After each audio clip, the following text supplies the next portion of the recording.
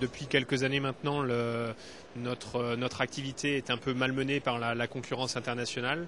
Et donc on est amené à avoir une réflexion, savoir quel sera notre devenir. Est-ce que l'on gardera le même type de prestations? Est-ce qu'il faut évoluer justement par rapport à cette nouvelle donne internationale avec les pays low cost? Est-ce qu'il nous faut réfléchir à d'autres prestations par rapport à celles d'aujourd'hui? Tout ce qui est analyse de la performance, on a déjà monté des dossiers pour rendre plus performant notre outil de travail.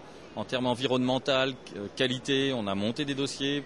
Aujourd'hui, on a atteint les certifications.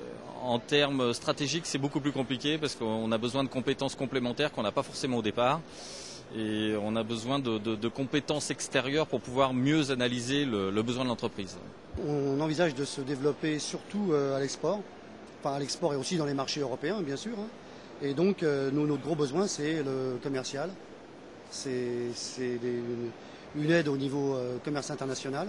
Nous ne l'avons pas. Moi, je suis un autodidacte. Ensuite, il y a un problème d'adaptation de l'outil de travail.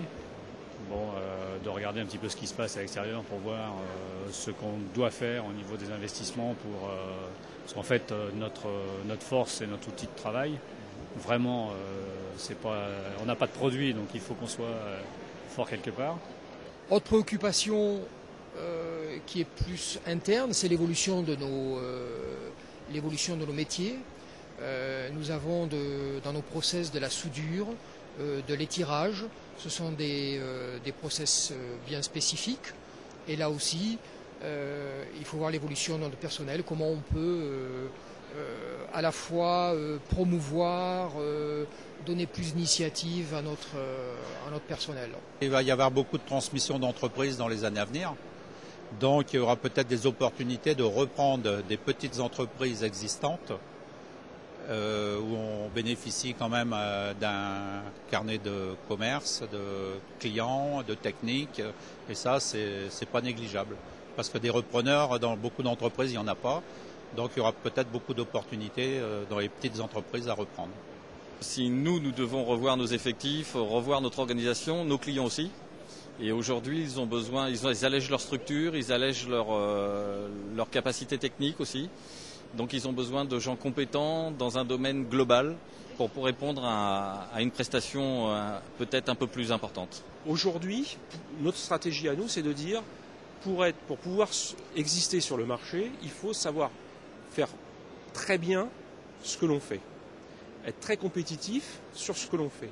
Les donneurs d'ordre s'étant déjà regroupés, ayant des usines de montage dans le monde entier aujourd'hui, cherchent des fournisseurs qui soient capables de les suivre sur l'ensemble de leurs usines. Donc aujourd'hui, les donneurs d'ordre, encore une fois, veulent acheter une fonction et veulent acheter cette fonction-là pour le monde entier.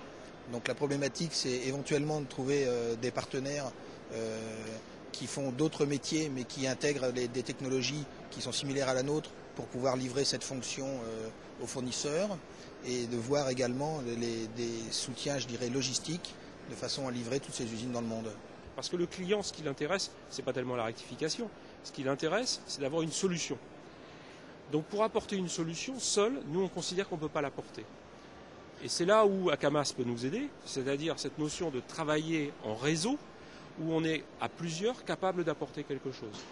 Si aujourd'hui, nous on a choisi, on a une taille de PME, on a 40 personnes, sur l'avenir, on sait que seul, on n'y arrivera pas. Si on est capable de travailler en réseau et d'apporter tous ensemble des solutions, là on pourra exister. Et pour nous, l'avenir est dans le réseau.